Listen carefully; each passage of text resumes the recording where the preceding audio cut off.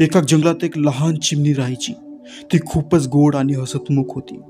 पण तिला एक वेगळी सवय होती. ती चिमणी रोज जे काही पाहायची, ऐकायची आणि अनुभवायची, ते चांगलं असो व वाईट, ते सर्व एका छोट्या दगडांवर लिहायची. नंतर ती दगड एका लहान थैलीमध्ये ठेवून टाकायची. नंतर ती ठेवून आकाशामध्ये उडवायची. सुरुवातीला ही सवय तिला खूप आवडायची.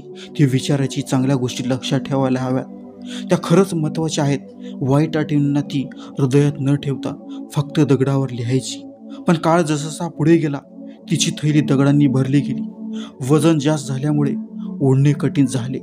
तिने लक्ष दिले नाही की या आठवणींना तिच्यावर शरीरावर भार होईल, शरीरावर आणि मनावर परिणाम करू लागला आहे.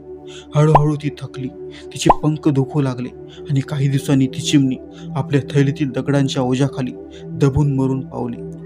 ज्या आठवणींनी तिला आपल्याला मदत करतील अशा आशेने ठेवलेल्या आठवणींनी तिच्यावर ओझे बनून गेल्या. मित्रांनो, या गोष्टीतून आपल्याला शिकायला मिळते, चांगलं असो वा वाईट, भूतकाळातल्या आठवणी आपण सोडायला हव्यात. त्यांना आपल्या मनात किंवा जीवनात घेऊन चालायचं नाही. खऱ्या जीवनात काही लोक आठवणींना मनात धरून ठेवतात आणि भूतकाळात जगतात. त्यामुळे वर्तमानाचा आनंद गमावतात.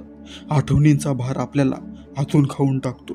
म्हणून जे झालं आहे त्या ठिकाणी तो सोडून टाका. चांगलं असो वा वाईट, सध्याच्या क्षणात जगा. आपण भूतकाळ बदलू शकत नाही, पण आजच्या क्षणाला बदलू शकतो. नवीन अनुभव घ्या, नवीन पावलं टाका, आयुष्यात मोठा आणि सुंदर साधा. भूतकाळ सोडा, वर्तमानात जगा आणि उज्ज्वल भविष्य बनवा. आजपासून आपला भार हलका करा, मनाला शांती मिळवा आणि प्रत्येक क्षणाचा आनंद घ्या. जो तुमचा मित्र मागच्या आठवणींमध्ये खचून गेला असेल, त्यांना हा व्हिडिओ शेअर करा आणि व्हिडिओ आवडला तर लाईक करा, मित्रांसोबत शेअर करा.